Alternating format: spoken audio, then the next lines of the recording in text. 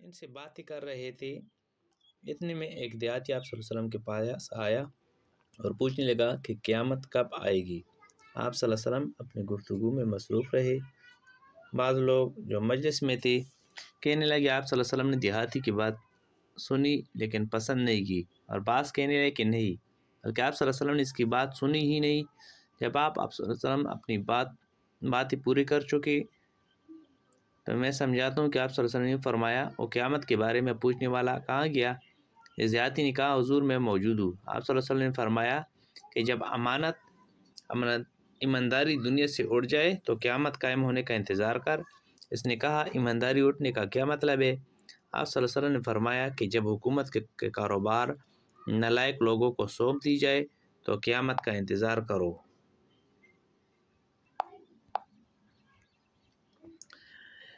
ایک سفر میں جو ہم نے کیا تھا حضرت صلی اللہ علیہ وسلم ہم سے پیچھے رہ گئے اور آپ صلی اللہ علیہ وسلم ہم سے اس وقت ملے جب عصر کی نماز کا وقت آ پہنچا۔ ہم جلدی وضو کر رہے تھے، پس پاؤں کو خوب دھونے کے بدل ہم یوں ہی ساہی دھو رہے تھے۔ یہ حال دیکھ کر آپ صلی اللہ علیہ وسلم نے بلند آواز سے پکارا، دیکھو ایڑیوں کی خرابی دوزخ سے ہونے والی ہے۔ 2 یا 3 بار آپ صلی اللہ علیہ وسلم نے یوں ہی بلند آواز سے فرمایا۔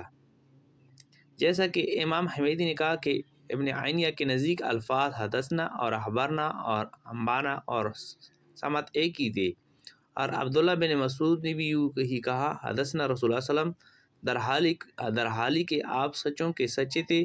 اور شقیق نے عبداللہ بن مسعود سے نقل کیا میں نے حضرت صلی اللہ علیہ وسلم سے بات سنی، اور حذیفہ نے کہا کہ ہم رسول اللہ صلی اللہ علیہ وسلم نے 2 حدیثیں بیان کی، اور ابو عالیہ نے روایت کی ابن عباس رضی اللہ عنہما سے، انہوں نے حضرت صلی اللہ علیہ وسلم سے، اور آپ صلی اللہ علیہ وسلم نے پروردگار سے، اور انس رضی اللہ عنہ نے حضرت صلی اللہ علیہ وسلم سے روایت کی اور آپ صلی اللہ علیہ وسلم نے اپنے پروردگار سے، اور ابو ہریرہ رضی اللہ عنہ نے حضرت صلی اللہ علیہ وسلم سے روایت کی ہے، کہا آپ صلی اللہ علیہ وسلم اس کو تمہارے رب و تبارک و تعالی سے روایت کرتے ہیں۔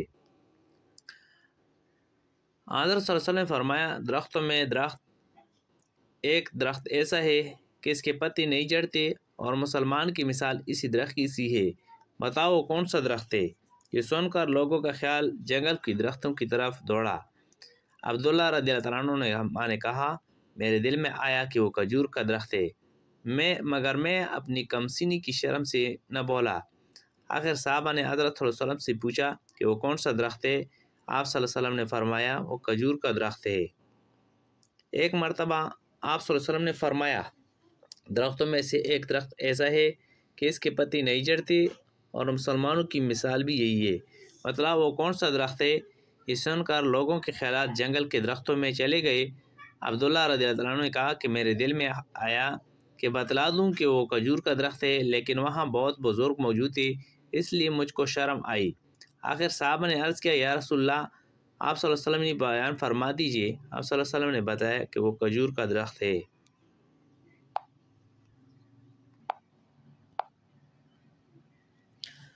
وضو کا بیان۔ اللہ تعالیٰ نے فرمایا اے ایمان والو، جب تم نماز کے لیے کھڑے ہو جاؤ تو تم پہلے وضو کرتے ہوئے اپنے چہروں کو اور اپنے ہاتھوں کو کہنیوں تک دھو لو، اور اپنے سروں کا مسح کر لو، اور اپنے پاؤں ٹخنے تک دھو۔